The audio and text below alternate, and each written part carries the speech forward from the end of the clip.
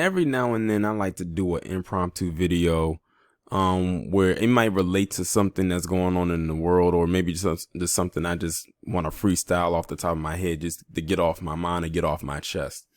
And today we're going to be talking about this word called hero and how it's been literally thrown around like a dirty tampon in lamestream media. And this is kind of piggybacking off of the video that I did about Tucker Carlson, and I didn't touch about what 45 said because he basically echoed the same thing that Tucker Carlson did when it comes to Kyle Rittenhouse and how people have been quick to label this boy as a hero for what he did. Now, the definition reads a person who has heroic qualities or has performed a heroic act and is regarded as a model. Now, when you read that, does Kyle Rittenhouse scream heroic to you, like at all, just based on this definition? Because nowadays, lamestream media has completely bastardized that word when it comes to him. I've done so many stories on my channel where you have had black people, mainly a lot of black men, some black women, but mainly a lot of black men who have done heroic things. Like I just did a story about a man who unfortunately crashed his truck into the back of a school bus, which resulted in him dying from his injuries. But before he succumbed to his injuries, he ended up saving every last kid on that bus. You just had that black firefighter who saved his daughter and her friends before the current pulled him under. You had Shad Gasper, who was a wrestler who saved his son from being pulled under from the riptide, and then he got pulled under and he died. But you know what's so crazy? A lot of the people we would deem to be heroes, unfortunately, all passed from doing heroic things, but lamestream media would not talk about that. See, how we define heroism and how they define heroism is two different things, two completely different realms. I mean, I can go on and on when it comes to this word that is known as hero and how I would describe it. And I just gave you 3 examples. Another one that comes to mind, or another 2, is when you had those brothers that saved those people out of that burning building, and they put a mattress there and had people jump down out of that burning building. I think it was in Texas. Then you had the guy who went up to save his mother from that burning building, and he literally climbed up the building with no equipment, like no firefighter attention, like equipment or nothing. And when he found out that his mother was safe, he climbed back down the way that he came. So it's plenty of, when I hear that screams more heroic to me than a little boy who went across state lines to do whatever and then end up shooting 3 people and killing 2 of them, just, because they claim he felt threatened for his life. But like I said, how they describe heroism and how we talk about heroism is 2 different ways. Hell, look at a lot of the people that they idolize and worship. Many of them idolize people like Charles Manson. Enough said.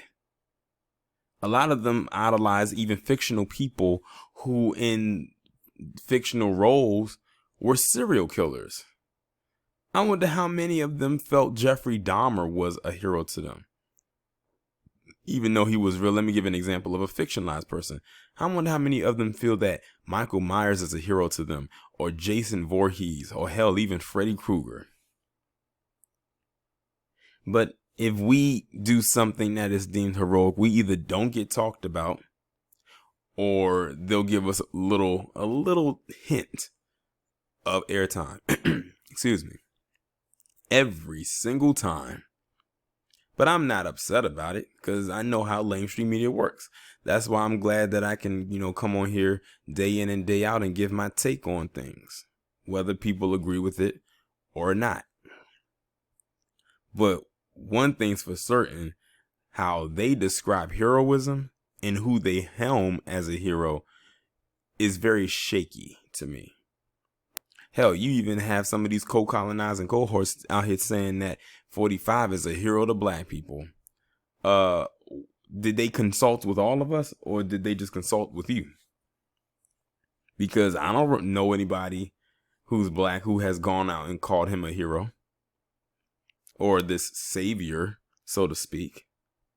But it also, another thing when it comes to hero is they only seem to find a way to paint only PC as a hero and us as the villain.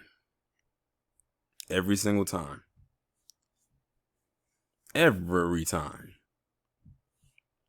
I think the last time a black person was really helmed as a hero was a couple years ago when you had that brother down, I forgot what state it was in the South, who was in the Waffle House and stopped that PC male from shooting up that Waffle House, even though some people did die.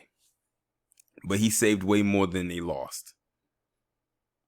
Now you notice they don't talk about him no more. I'll give you, to those of you out there, I'll give you two women. One was Antoinette Tuff. Many of you don't even know who she is, but in case y'all don't know, let me give you a little history lesson. This was a woman who worked in the front office of a school when a white male shooter came in there threatening to shoot it up. And she was able to calm him down through all of his antics. And not one bullet was fired, not one casualty lost, whether man, woman, or child. And they don't even talk about her no more. As a matter of fact, I remember they made a movie about her, and I think I was the only one who talked about it and did a review on it on a network that I don't even watch. But because I was so compelled by her story, I said I'll watch it. And it was good. In case y'all want to know what the name of the movie is called, it's called Faith Under Fire. And it's starring Toni Braxton. Another story was this woman that was out of Maryland, I forget her name, who, this involves a bus, where she saved her children. She called them her children from a burning bus. Saved herself as well. Now, I don't want to give this person any shine, but I'll mention anyway because she made it to her show. She ended up on Ellen. And Ellen gave her, a check. Well deserved. But no one talks about her either. Most people don't even know who she is. But I remember because I talked about her. Those are definitions of heroes. But, they don't, talk about them. But since Palm Colored wants to talk about people who are heroes with a gun doing things, let's throw out some of our heroes that we deem those who had a gun. Christopher Dorner, Micah Johnson, Gavin Long. Shoot, I'll throw in the two guys that just got into it with those terrorists in PG County a couple weeks ago. If they want to take it there. Because see, that's who they define as a hero. Anybody who has a gun and can kill someone is their definition of a hero. And I'm not talking about them going out to actually save anybody. Who was Kyle Rittenhouse going out there to save? That's what I'd like to know. Who was Kyle Rittenhouse and his rotten family going out there to save? They just wanted to be a part of the quote unquote action. And it just so happened that people spotted them and one thing led to another, and that's what happened. And now they're holding him up as some type of heroic figure. For what? For what? I would sit here and say that I don't get it, but I actually do. See, many in that community helm or hold up savagery as heroism. Many of them hold people like Christopher Columbus up as a hero. And look at what he did.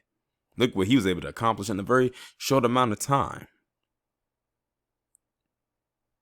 And the only black person they probably hold up as a hero and they bastardize his image too is Dr. King.